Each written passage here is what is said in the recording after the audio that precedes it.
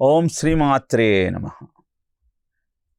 ETV life ఆధ్యాత్మిక channel ప్రేక్షకులకు స్వాగతం.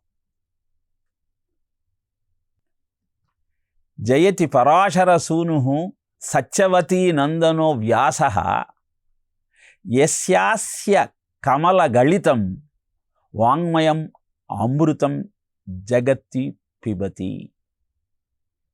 అంటే పరాశరుని సంకల్పం ప్రకారం సత్యవతికి ఆనందాన్ని కలిగిస్తూ ఆషాఢ పౌర్ణమి నాడు అవతరించిన విష్ణు స్వరూపమే వ్యాస మహర్షి. ఆయన ముఖం నుంచి వెలువడిన వాంగ్మయమామృతమే విశ్వమంతా ఆస్వాదిస్తూ ఉంది. వ్యాసోచ్ఛిష్టం జగత్సర్వం అంటారు. అందుకే ద్వీపంలో జన్మించాడు కనుక ద్వైపాయనుడు అన్నారు. నల్లగా ఉన్నాడు కనుక కృష్ణద్వైపాయనుడు అన్నారు. గంగానదిని దాటాలన్న ఆలోచనతో నౌకను అధిరోహించాడు పరాశర మహర్షి. ఆ పడవను నడుపుతున్నటువంటి మత్స్యగంధిని చూచి ఆమెను పొందాలనుకున్నాడు. ఆ కోరిక తెలియజేయగానే ఆశ్చర్యపోయిన మత్స్యగంధి, పశుధర్మం నమే ప్రీతిం యావద్భవతి యామిని అంది. ఇది పగటిపూట, సాయంత్రం అయ్యేదాకా కాస్త నిరీక్షించండి అని అభ్యర్థించింది. తన తపశ్శక్తితో మేఘాలను ఆకాశంలో ఆవిర్భవించి చీకటిగా మార్చాడు ప్రకృతినంతా.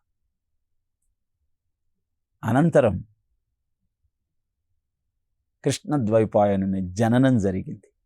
ఈ కృష్ణద్వైపాయనుడు వ్యాసుడిగా ఎందుకు అభివర్ణింపబడ్డాడు అంటే, నిజానికి వ్యాస అన్నటువంటి నామము ఒక పదవిని సూచించేది. ద్వాపర యుగం దాకా మునులంతా వేదాన్ని తమ బుద్ధి యందు ధరించేవారు.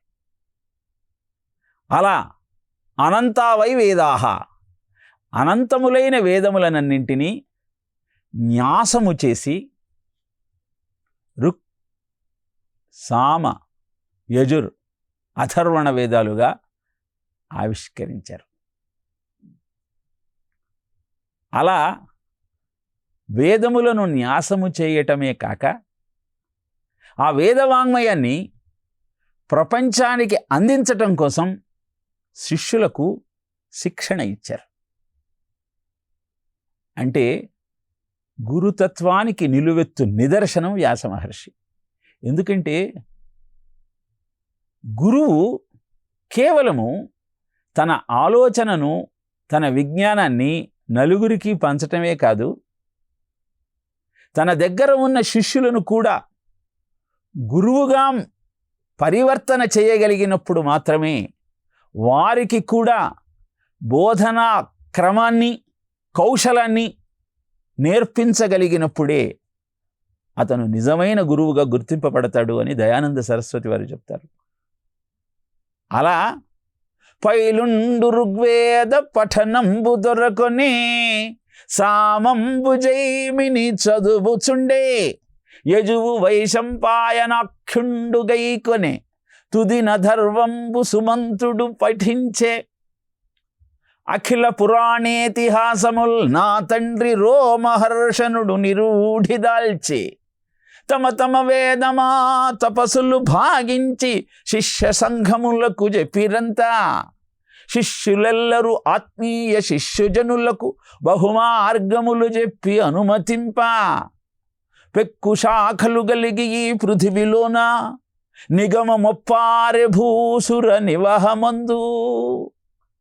గురు శిష్య పరంపర ఏ విధంగా భారతీయ జీవన విధానంలో కొనసాగుతూ ఉందో ఈ పద్యం ద్వారా మనం అర్థం చేసుకోవచ్చు. పైలుడికి ఋగ్వేదాన్ని అందిస్తే జైమిని యజుర్వేదాన్ని, సుమంతుడు అథర్వణ వేదాన్ని, వైశంపాయనుడు యజుర్వేదాన్ని, జైమిని సామవేదాన్ని ఆపోసన పెట్టి తన శిష్యులకు అందజేశారు. ఆ శిష్యులు వారి శిష్యులకు అందజేశారు. ఇలా ప్రతి శిష్యుడు గురువుగా మారి గురువుగారి ఆలోచనను, ఆ విజ్ఞానాన్ని సమాజంలో ప్రచారం చేశారు. ఇదే విషయాన్ని భగవద్గీతలో శ్రీకృష్ణుడు అర్జునుడికి తెలియజేశాడు. 4వ అధ్యాయం మొట్టమొదటి శ్లోకంలో, ఇమం వివస్వతే యోగం ప్రోక్తవానహం అవ్యయం వివస్వాన్ మనవే ప్రాహ మనురిక్ష్వాకవే బ్రవీత్. నేను ఈ విజ్ఞానాన్ని సూర్యుడికి అందజేస్తే సూర్యుడు తన కుమారుడైన మనువుకు, మనువు తన కుమారుడైన ఇక్ష్వాకుకు ఈ విజ్ఞానాన్ని అందజేశారు.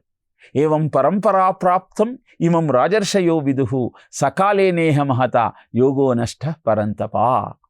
ఇలా కాలక్రమంలో ప్రతి గురువు తన శిష్యుడికి చెప్పిన విజ్ఞానం, ప్రతి తండ్రి తన కొడుకుకు అందజేసినటువంటి వారసత్వం ఎప్పుడైతే కాలక్రమంలో కాలదోషం పట్టి అంతరించిందో అప్పుడు ధర్మ భ్రష్టత జరుగుతూ ఉన్నది.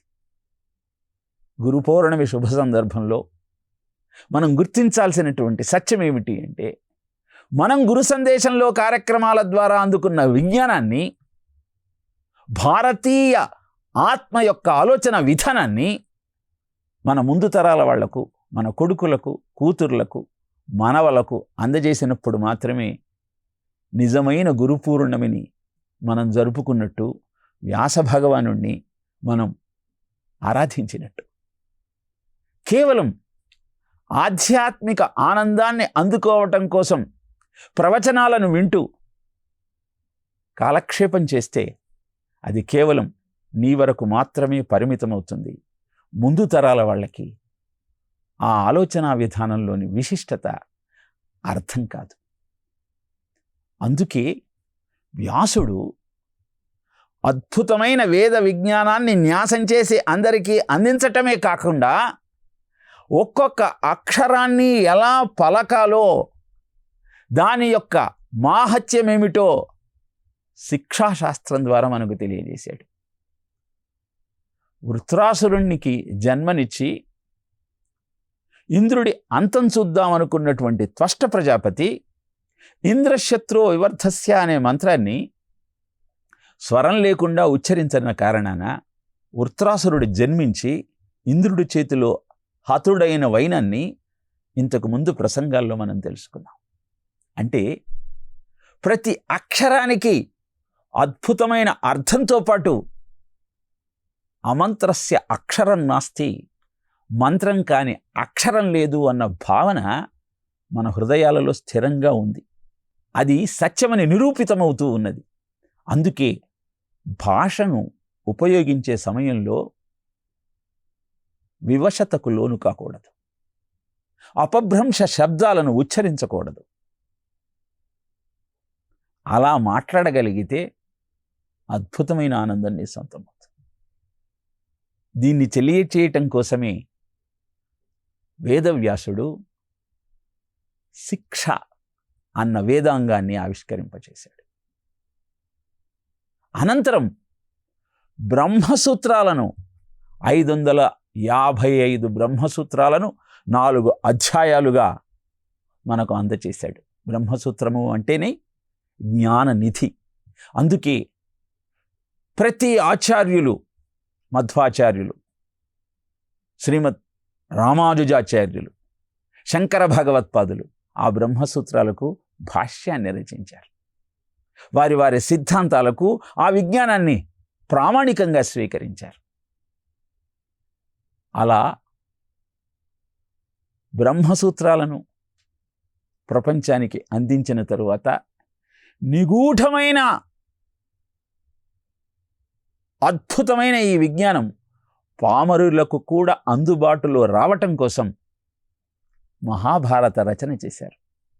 1,00,000 శ్లోకాల మహాభారతంలో ప్రపంచ జ్ఞానమంతా నిక్షిప్తం చేశారు.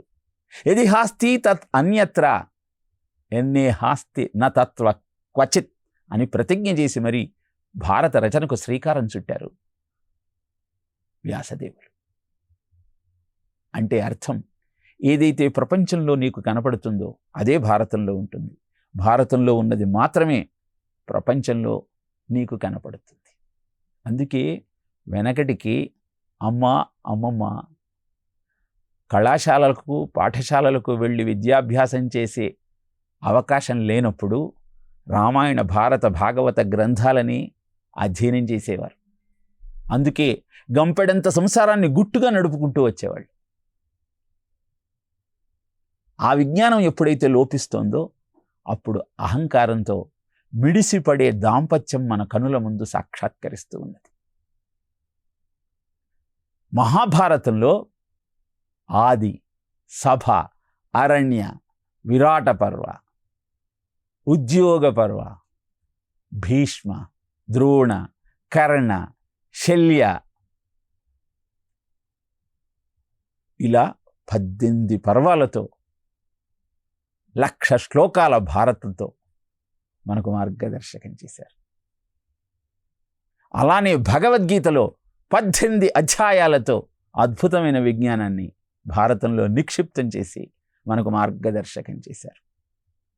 18 అధ్యాయాల భగవద్గీత, 18 పర్వాల భారతము, 18 రోజుల యుద్ధము, 18 అక్షౌహిణీల సైన్యము, ఇలా 18 అన్న సంఖ్యతో మనకు విజ్ఞానాన్ని అందించేటువంటి అద్భుతమైనటువంటి ఆలోచన చేశారు. 8 మాయ సంఖ్య, 9 పరబ్రహ్మ సంఖ్య. 8వ ఎక్కాన్ని గణిస్తున్నప్పుడు 8 1 8, 8 2 16, 8 3 24 ఇలా మీరు గుణిస్తున్నప్పుడు వచ్చేటువంటి లబ్ధాన్ని తిరిగి కలిపితే మళ్ళీ మీకు 8 రాదు, తద్భిన్నమైన సంఖ్య వస్తుంది. యామా సామాయ, లేనిది ఉన్నట్టుగా కనపడటమే మాయ. మరి 9 పరబ్రహ్మ సంఖ్య. 9వ ఎక్కాన్ని మనం గమనిస్తే ఎంత అంకెతో హెచ్చవేసినా వచ్చే లబ్ధాన్ని కూడితే మళ్ళీ 9 వస్తుంది. అంటే అష్టవిధ ప్రకృతి ఎప్పుడైతే పరబ్రహ్మలో విలీనమవుతుందో, 8 1లో కలుస్తుందో అప్పుడే నిత్యము, సత్యము, శాశ్వతము అయినటువంటి జీవనానికి నువ్వు శ్రీకారం చుట్టగలిగి నీకు అద్భుతమైన ఆనందం సొంతమవుతుంది. ఈ విషయాన్ని చెప్పటం కోసమే 18 అధ్యాయాల భగవద్గీతను, 18 పర్వాల భారతాన్ని, 18 రోజుల యుద్ధాన్ని మనకు ఆవిష్కరించారు.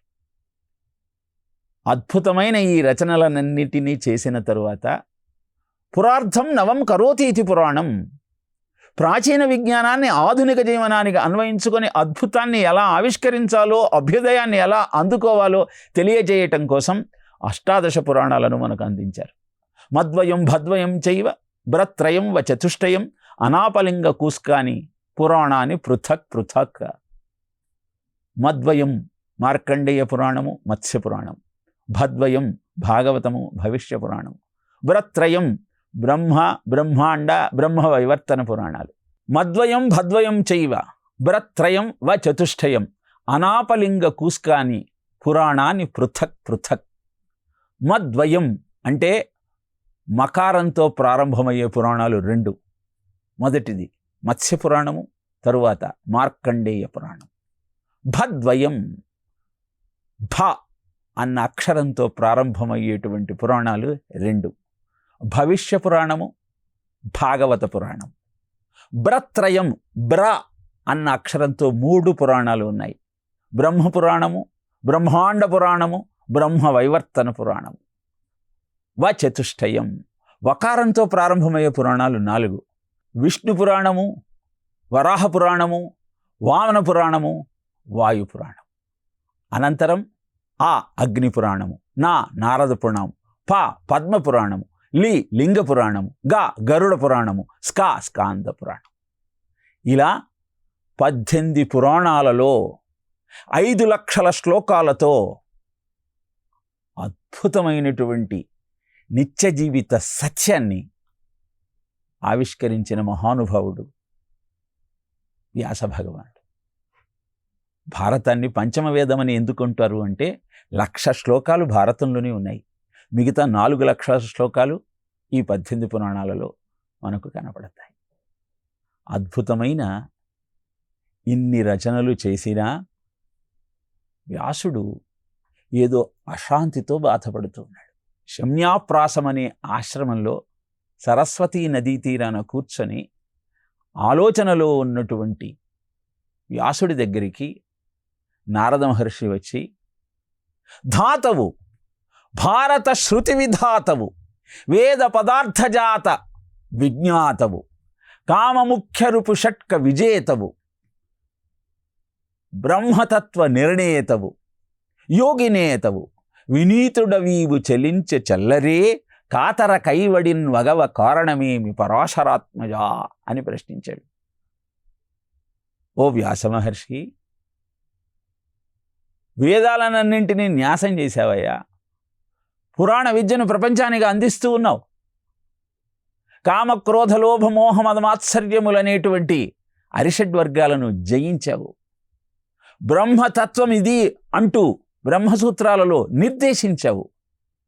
ఇంత రచన చేసి ఎందుకయ్యా చింతాక్రాంతుడవై ఉన్నావు అని ప్రశ్నిస్తే వ్యాసుడన్నాడు, అదే నాకు అర్థం కావటం లేదు నారద మహర్షి, మీరే తెలియజేయండి అన్నారు. ప్రతివాడికి గురువు అవసరము అన్న సత్యాన్ని ఈ వ్యాస నారద సంవాదం ద్వారా మనం తెలుసుకోవచ్చు. ఇంత రచన చేసి నాకు అన్నీ తెలుసు అన్న ఆలోచనలో లేడు వేదవ్యాసుడు. నా అశాంతికి కారణమేమిటో చెప్పండి అని తన గురువైన నారదుడిని ప్రశ్నించాడు. అందుకే గురు శిష్య పరంపర భారతీయ జీవన విధానంలో అత్యంత ప్రాధాన్యతను కలిగి ఉంటుంది. అప్పుడు నారదుడు అన్నాడు, అంచితమైన ధర్మజయమంతయు చెప్పితి వందులోన ఇంచుకగాని విష్ణు కథలేర్పడ చెప్పవు, ధర్మముల్ ప్రపంచించిన మెచ్చునే గుణ విశేషములెన్నినగాక నీకీ కొంచెమొచ్చుటెల్లయు హరిగోరిని తింపుము ఆర్యపూజిత.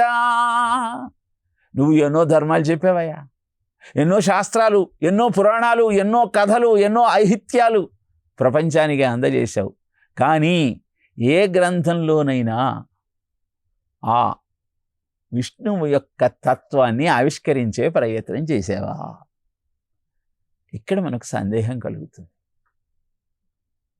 అంతకుముందు స్కాంద పురాణంలో కాశీఖండం రచించాడు, విష్ణు పురాణము రచించాడు.